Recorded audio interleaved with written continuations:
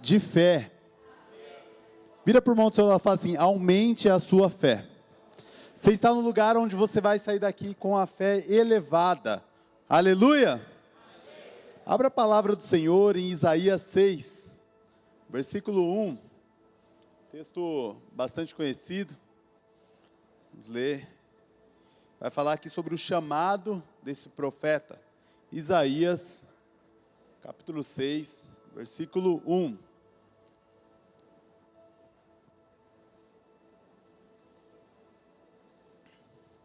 Todos acharam? Isaías 6, 1. É Isaías 6, 1. Aí acho que está 1. Beleza? Eu vou lendo aqui.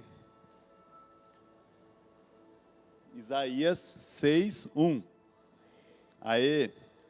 Vamos ler então? No ano da morte do rei Uzias, eu vi o Senhor assentado em um trono alto e exaltado, e a aba de suas vestes enchia o templo. Acima dele estavam serafins, cada um deles tinha 6 asas, com 2 cobriram o rosto, com 2 cobriram os pés, e com 2 voavam, e proclamavam um aos outros: Santo, Santo, Santo é o Senhor dos exércitos. A terra inteira está cheia da tua glória. O som das vozes e os batentes das portas tremeram, e o templo ficou cheio de fumaça. Então gritei: ai de mim, estou perdido, pois sou um homem de lábios impuros, e vivo no meio de um povo de lábios impuros. Os meus olhos viram o Rei, o Senhor dos exércitos. Logo um dos serafins voou até mim, trazendo uma brasa viva, que havia tirado do altar com uma tenaz. Com ela tocou a minha boca e disse: veja, isto tocou os seus lábios, por isso a sua culpa foi removida e o seu pecado perdoado. Então ouvi a voz do Senhor proclamando: quem enviarei? Quem irá por nós? Eu respondi: aqui estou, envia-me. Feche seus olhos.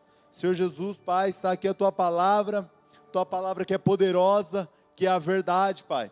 Espírito Santo, Senhor, em nome de Jesus, que nessa noite nós podemos sair daqui com a fé renovada, Pai. Que nessa noite nós podemos viver aqui, Pai, algo sobrenatural da parte do Senhor, que o Senhor cuida de nós, em nome de Jesus. Amém? Então quero trazer, isso aqui foi um chamado do profeta. O profeta Isaías, ele já vivia como profeta, ele já atuava. Porém, ele teve uma das maiores experiências aqui com Deus na vida dele, se não for a maior, onde ele tem um encontro e ele entende o chamado, e ele sai com o coração ali cheio de temor depois dessa experiência. Mas essa experiência aconteceu num momento de dor. Algumas vezes o Senhor nos faz a gente passar por momentos de dores para elevar a nossa fé. Todos nós aqui, todos nós, sem exceção, vamos passar por momentos de dores. Quer ver quem já passou por um momento de dificuldade, de dor na vida? Tem pouca pessoa, igreja abençoada. Eu levantava as 2. Mas todo mundo já passou por um momento de dor e venceu. E isso elevou a sua fé. Elevou a sua fé com Deus, o seu relacionamento com Deus. O que aconteceu aqui? Aconteceu um momento de luto. Nós lemos o texto e começa no ano que o rei Uzias morreu. Se a gente for pesquisar ali, 2 Reis, ele vai falar sobre esse rei Uzias, que era um homem bom, e que o profeta, ele tinha uma intimidade com esse rei, era um grande amigo. De repente, o profeta, ele vê o seu amigo morrendo. Isaías, ele vê o seu amigo morrendo, no momento de luto, de dor, de tristeza, ele vai falar com o Senhor. E, muitas vezes, o momento de dor que nos leva a falar com Jesus.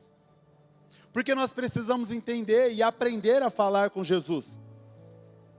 Porque, pastor Pablo, quando a vida está boa, nós não tiramos tanto tempo para falar com Jesus. Quando as coisas estão bem, nós não tiramos muito tempo para se relacionar com Deus. Por quê? Porque nós vamos vivendo a nossa vida numa correria. Nós vamos vendo a nossa vida fazendo as coisas, correndo para lá e para cá, e aí você acorda já atrasado para trabalhar, e aí você não fala com o Senhor. Na verdade, você fala de uma maneira errada.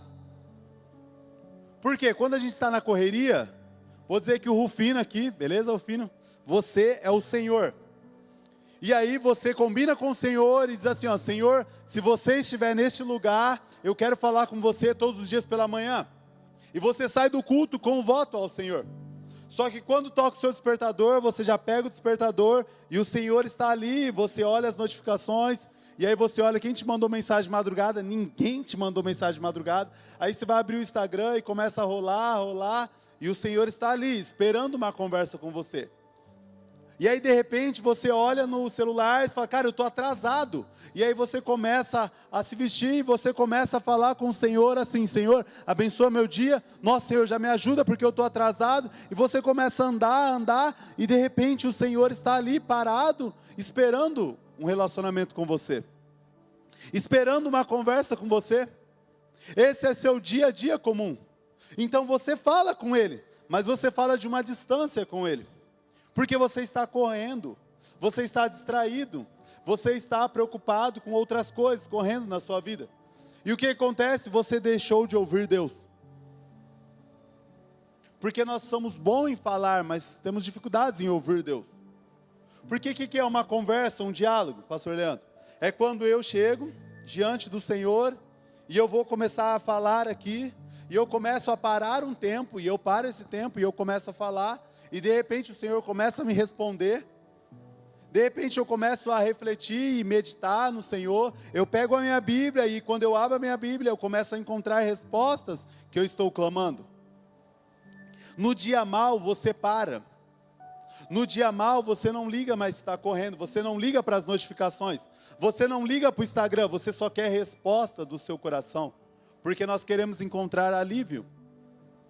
E glória a Deus por isso, porque o Senhor é o nosso socorro bem presente na hora da angústia, na hora da dor, na hora da tristeza, o Senhor vem e traz um renovo no nosso coração, e renova a nossa fé, e nos ensina que existe um lugar,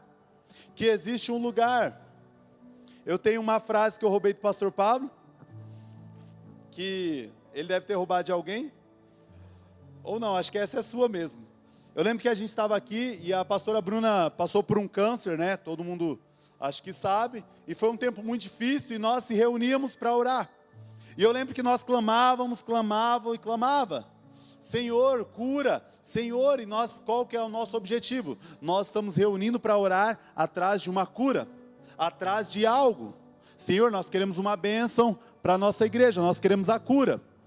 E aí de repente nós sempre orávamos, clamávamos e tirávamos uma reflexão, o que o Senhor falou com você, o que o Senhor falou com você, olha, hoje eu só vim para receber, não, ó, o Senhor ministrou isso e isso, e aí o pastor traz uma ministração, aquele dia nós tivemos uma visitação do Senhor, e ele traz assim, ele diz uma frase, procurando algo eu encontrei alguém, porque na hora da dor nós procuramos algo, procuramos uma cura, procuramos um refrigério na nossa alma, procuramos um Jeová Jirei, o Deus da provisão, e nós procuramos uma provisão, mas quando nós começamos a buscar essas coisas, de repente nós encontramos Ele, e quando nós encontramos Ele, nós dizemos assim, tudo isso não importa, porque eu tenho Ele agora.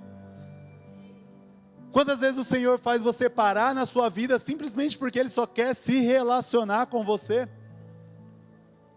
Nós precisamos ter fé no dia mal. O dia mal não é para te parar. O dia mal é para você encontrar com o Senhor. O dia mal é para você se relacionar com Ele. Não busque outros lugares. O que esse profeta fez? Ele foi no templo orar. Ele poderia ter procurado amigos. Ele poderia ter procurado outros. Gente, tem hoje gente desabafando com o chat GPT. Tem gente que desabafa com o Uber. Você entra no Uber, senta lá e já começa a falar. Eu já trabalhei de Uber. Quem já trabalhou sabe. Você entra aqui, o cara já começa a falar assim, eu estou no caminho do divórcio, e começa a falar. Aí o que ele responde? Ó, a corrida deu 19h30. Você fala, e a resposta do cara é essa. Por quê? Porque ele não foi feito para resolver o seu problema ali. Quem a pessoa especialista de resolver problemas é o Senhor. É o Senhor que você deposita ali as suas lágrimas no dia mal. Mas você precisa ter fé para ir até Ele.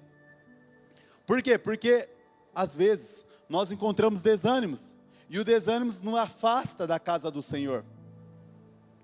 O dia mal, às vezes nós entregamos uma resposta pela facilidade do ao vivo. Nós dizemos assim, vou para o ao vivo, sabe? Pelo menos eu vou ouvir alguma coisa.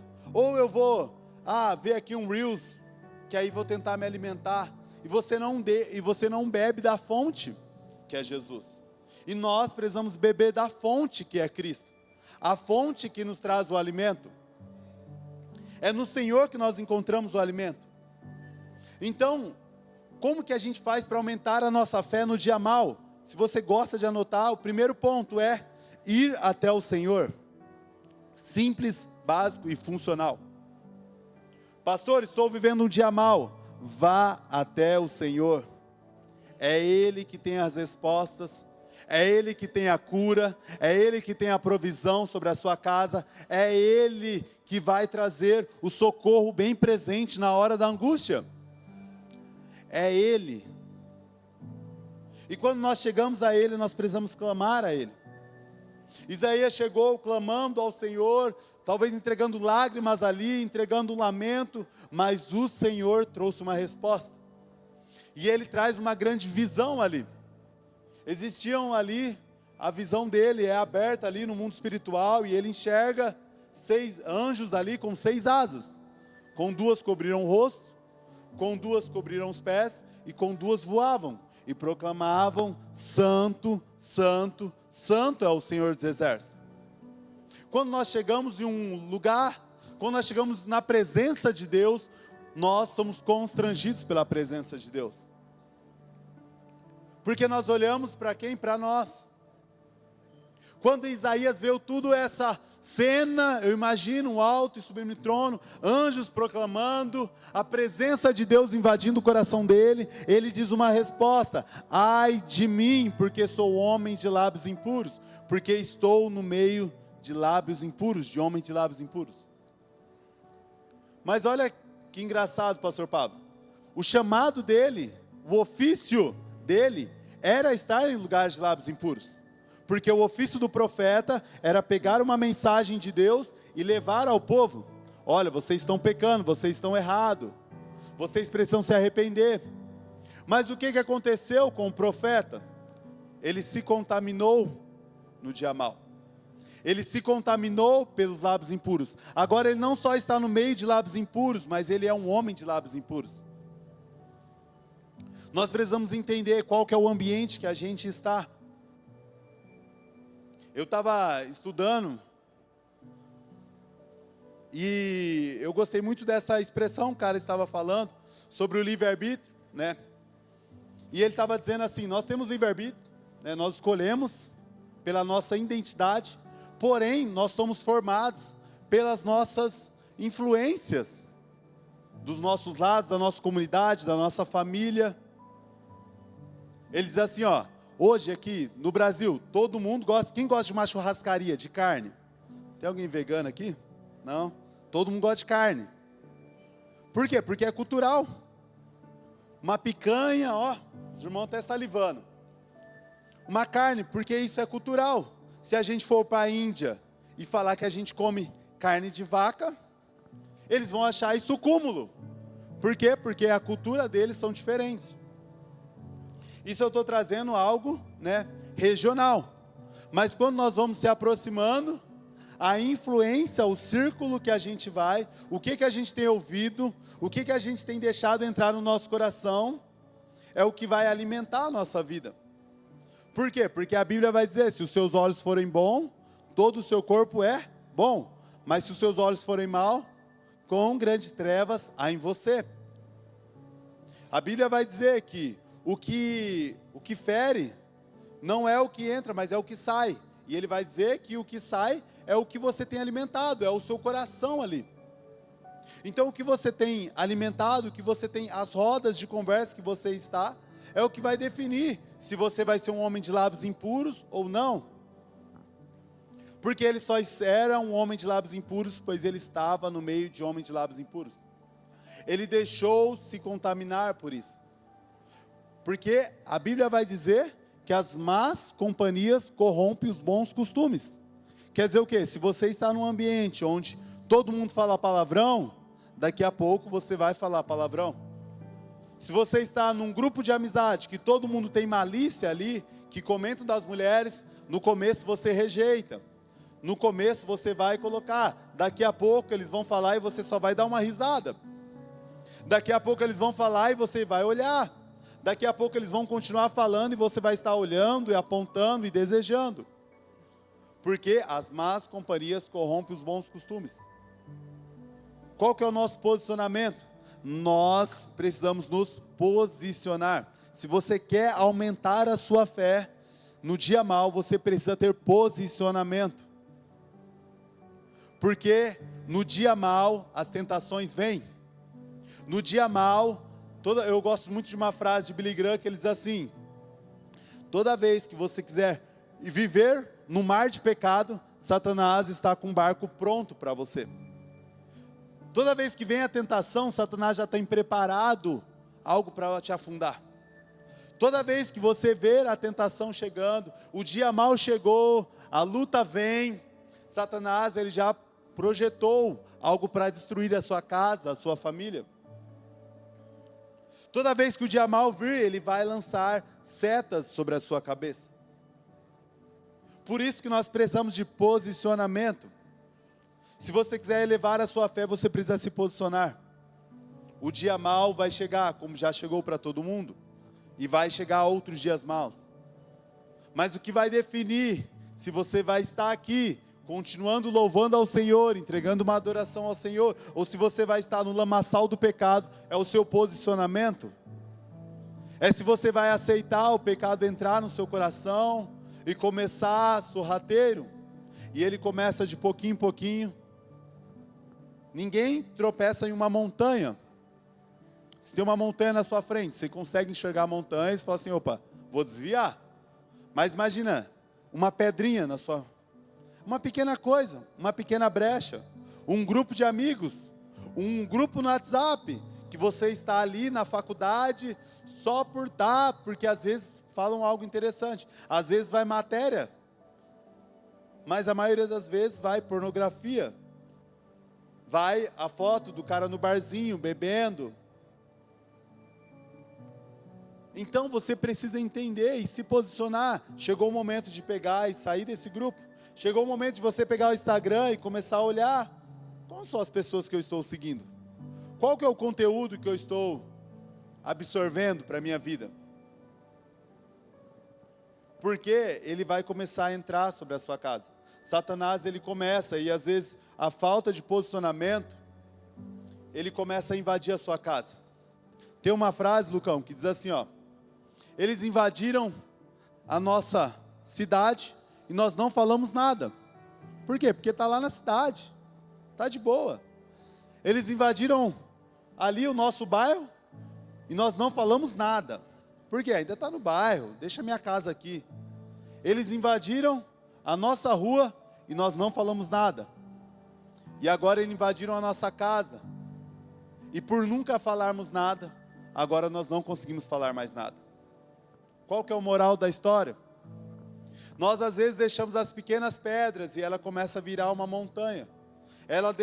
Você começa só uma pedrinha e tropeçando e caindo e caindo. De repente você está sem força agora. De repente o pecado já está na sua casa. De repente o adultério chegou na sua família. De repente a pornografia já está na sua casa, no seu celular, já está consumindo. E antes só eram reels de uma menina dançando ou de um menino. Antes só era, é só uma coisinha aqui que o WhatsApp mostrou, que o Instagram passou aqui. Só que você não posicionou aí. Então você não posicionou, de repente a sua família está destruída. Eu preciso te falar que Satanás ele não brinca de ser Satanás. Ele investe pesado para destruir a sua casa e a sua família. Por isso que nós precisamos aumentar a nossa fé com o nosso posicionamento. Posicionamento contra o pecado, posicionamento contra as brechas. Precisamos fechar as brechas. E aí também, Isaías ele começa a ter essa conversa com o Senhor, e aí vem um anjo diante dele, com uma tenaz. Tenaz era uma pena que usavam para escrever. Então ele pega essa tenaz, uma brasa viva, diante do altar do Senhor, e coloca na boca de Isaías. Mas o interessante é que quando a gente lemos aqui, ele fala duas coisas. Ele diz um ponto: primeiro, o pecado é perdoado. Todos nós sabemos que o Senhor é capaz de perdoar os nossos pecados. O Senhor é um Deus que perdoa os nossos pecados. Nós entendemos isso, mas ele diz um outro ponto: a sua culpa foi removida. Ele entendeu que no coração dele, ele entendia que o Senhor podia perdoar pecados, mas a culpa dele ter sido profeta estava no lugar de lábios impuros. Ele entendeu que o dia mal pode às vezes nos fazer cair. Às vezes no dia mal nós podemos pecar, nós podemos falhar. O dia mal acontece, e isso pode ser que a gente falhou, que a gente pecou, que a gente se desviou por um caminho, que de repente nós estávamos numa rota com o Senhor, estávamos bem, mas chegou um dia mal, chegou uma depressão, chegou uma angústia no nosso coração, e de repente vamos pecando contra o Senhor. Mas a boa nova do Senhor é essa: existe um Deus que Ele perdoa os pecados e Ele remove toda a culpa. Existe um Deus que Ele traz libertação sobre a sua vida. Existe um sangue que foi derramado numa cruz, que hoje te torna livre. O pecado não tem mais autoridade sobre a sua vida. A culpa não mais tem autoridade sobre a sua vida. Você não vai mais carregar essa culpa de entender: nossa, toda vez eu caio, eu não aguento mais, eu não sou digno de estar aqui, eu não sou digno de estar na tua presença. Toda essa culpa ela é removida, porque o sangue do Senhor é suficiente para libertar e te curar de todo pecado, de toda mágoa. Às vezes você está carregando palavras tanto tempo você está carregando aquilo. Tanto tempo, às vezes, uma palavra do seu pai que falou na infância, e você está carregando isso. Talvez você está carregando uma palavra de um abandono. Talvez você está carregando essa culpa: não, a culpa foi minha da separação dos meus pais, a culpa foi minha disso acontecer, eu que sou o culpado, eu que sou falho, a culpa é minha, e sente tudo isso. Mas o Senhor, Ele vem como uma tenaz, como Isaías recebeu essa graça do Senhor. Hoje nós recebemos essa graça do Senhor aqui. O Senhor vai curando toda a sua culpa, e o Senhor livra isso. E aí o mais interessante, pastor, é quando ele recebe essa cura, ouve uma voz do Senhor dizendo assim: quem eu enviarei? E eu imagino Isaías olhando para aquilo e dizendo assim: será que Ele está me chamando? Será que eu sou digno ainda mesmo falho? Será que eu sou digno ainda mesmo sendo um pecador? Será que eu mereço ainda? Eu já fui chamado pelo Senhor, era para me estar pregando, mas eu falhei. Era para me estar vivendo os planos do Senhor, mas eu falhei. Será que eu sou digno ainda? E de repente, Ele traz uma resposta a isso. Talvez Ele olha para mim, Ele olha para ele e diz assim: ó, eu já pequei, mas eu sei quem está me chamando agora. Eu sei que agora eu não vou estar mais pela força dos meus braços, eu vou estar simplesmente por uma resposta dEle. E ele olha o Senhor e diz assim: ó, envia-me a mim, aqui estou. Toda vez que você passa por uma luta e por uma batalha, é para ser uma testemunha no Senhor. Toda dor que você sofreu na sua vida, todas as lutas, angústias, tudo isso é para que você seja uma testemunha viva do Senhor. É para que as pessoas comecem a olhar para você, começam a olhar as suas dores, as suas marcas, e sejam alcançadas por isso. A dor, ela acontece, o dia mal, ela acontece, mas nós precisamos ter uma fé renovada no Senhor, para que podemos anunciar aquilo que um dia foi nossas lágrimas, para anunciar aquilo que um dia foi a nossa dor, para anunciar aquilo que um dia magoou o nosso coração, para anunciar um dia que foi a nossa crise do nosso casamento, um dia que foi a quase separação do nosso casamento, anunciar um dia que foi a nossa enfermidade, que foi a nossa luta, anunciar um dia que nós passamos uma necessidade e parecia que era o fim da nossa casa, e hoje nós podemos testemunhar sobre isso, nós podemos contar e nós podemos edificar. A dor que você sofreu é um chamado do Senhor, é um chamado e só tem uma resposta: envia-me a mim, Senhor. Quando nós entendemos que é Ele, por Ele e para Ele que são todas as coisas, a dor veio por Ele, às vezes Ele permitiu essa dor sobre a sua vida, independente da dor, Ele permitiu, mas o Deus que permite, é o Deus que permite a cura, é o Deus que permite o testemunho. Eu fui abandonado pelo meu pai, isso foi uma dor muito grande na minha vida. Aos 8 meses, eu fui abandonado. Meu pai, ele foi embora com um amante, deixou eu, minha mãe e meu irmão.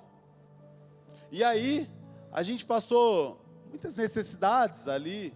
Graças a Deus não passei fome, mas eu me recordo de minha mãe levar a gente pro shopping, e aí ela comprava 2 McLanche Feliz, e ela não comia, porque ela não tinha condições de comprar 3 lanches, era apenas, ela ia com o dinheiro contado para comprar os 2.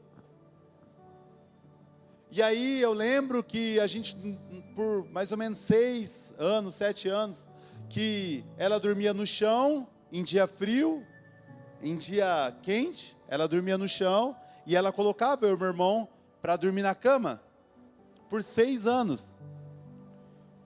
E qual que era o meu questionamento com tudo isso? Como agora existe um Deus Pai, que se denomina Pai? Não tem como. Eu não conseguia olhar para Deus como um pai. Então, aos meus 18 anos, meu pai, ele volta, ele aparece do nada, imagina. Então, corta aí um flash, 8 meses, ele vai embora, eu nunca vi ele.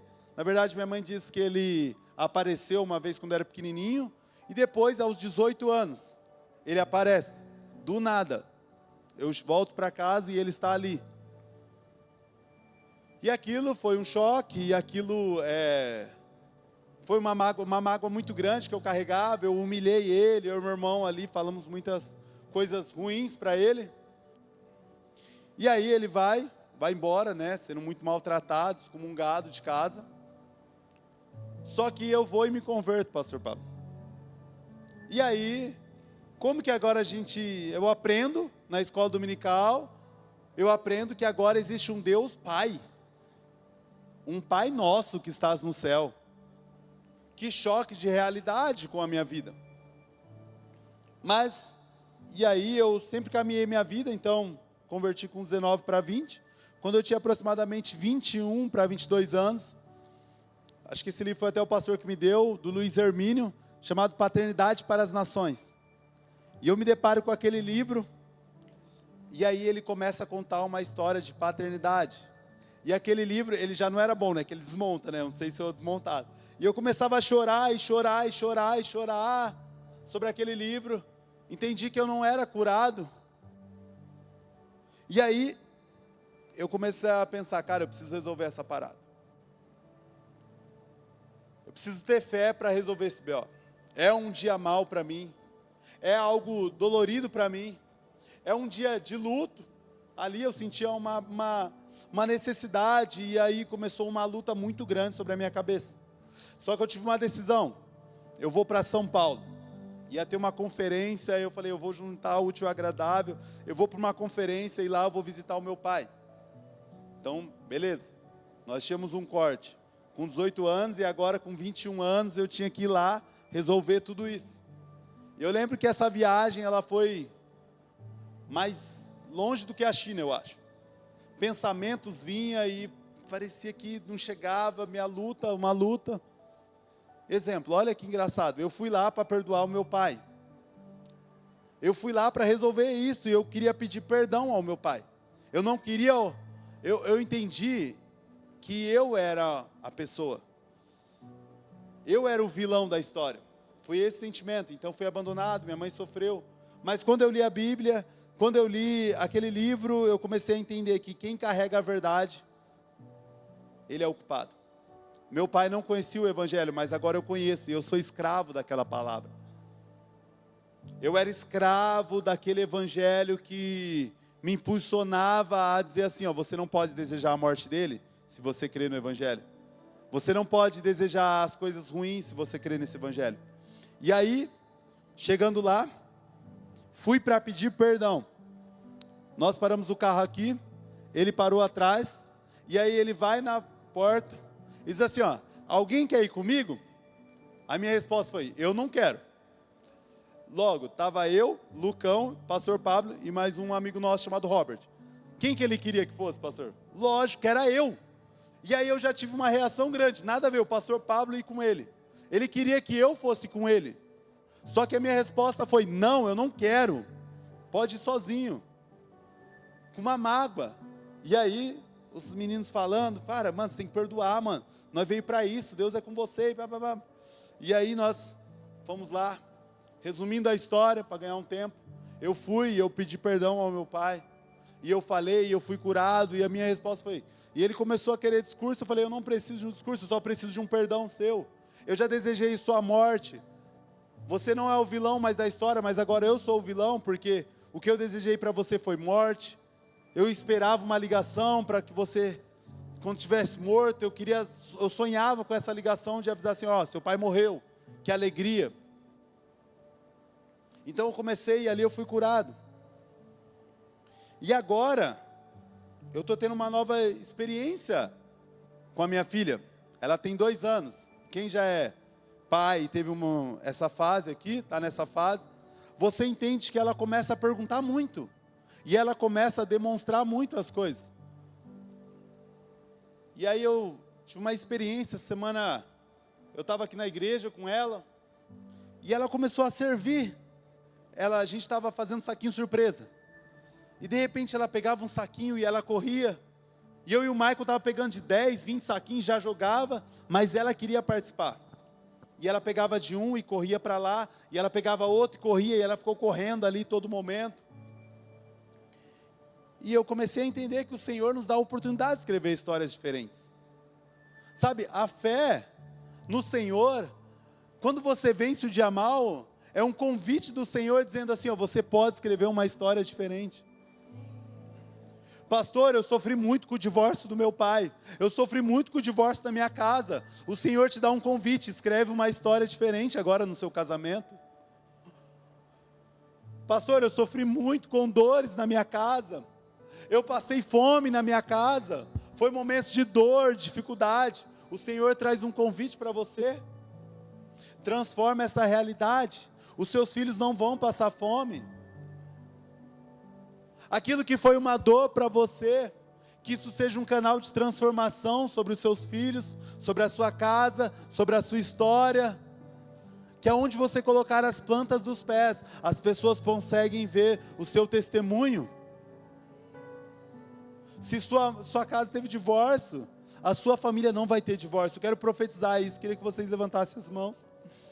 Se na sua casa teve abandono, se você sentiu o abandono de um pai, se você sentiu a dor de ser rejeitado, eu quero profetizar que na sua casa não vai ter. Eu quero profetizar que você e a sua casa vai servir ao Senhor. Você vai ver a sua família crescendo na graça e no conhecimento. Vocês vão ver os seus filhos apaixonados por esse Evangelho. Eles vão encontrar Jesus. Em nome de Jesus. Igreja, esse é o Evangelho que nós temos. Mas nós precisamos de fé. Sabe? Nós precisamos renovar a nossa fé. Sabe por quê? Porque no dia mal, a nossa fé às vezes vai lá embaixo. Sabe?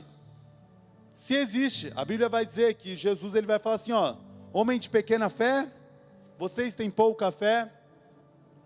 Só que toda vez que existe a palavra pouca, Jesus ele dá um parâmetro, se tem pouco também tem muito. E se tem pouco tem como aumentar. Então o meu desejo é que o Senhor aumente a nossa fé. Aumente a nossa fé se você está passando por um dia mal.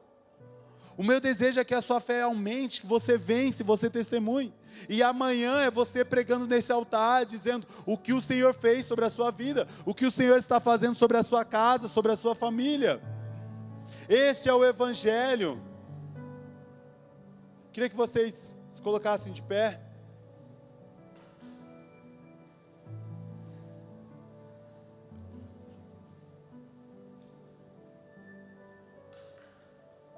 O Senhor, Ele renova a nossa fé.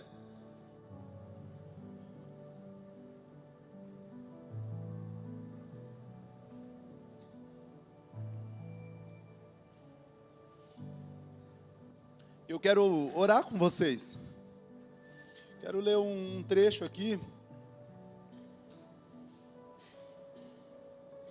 João 15:16 vai dizer assim, ó: vocês não me escolheram, mas eu o escolhi para irem e darem fruto, fruto que permaneça, ao fim que o Pai conceda a vocês o que pedirem em meu nome.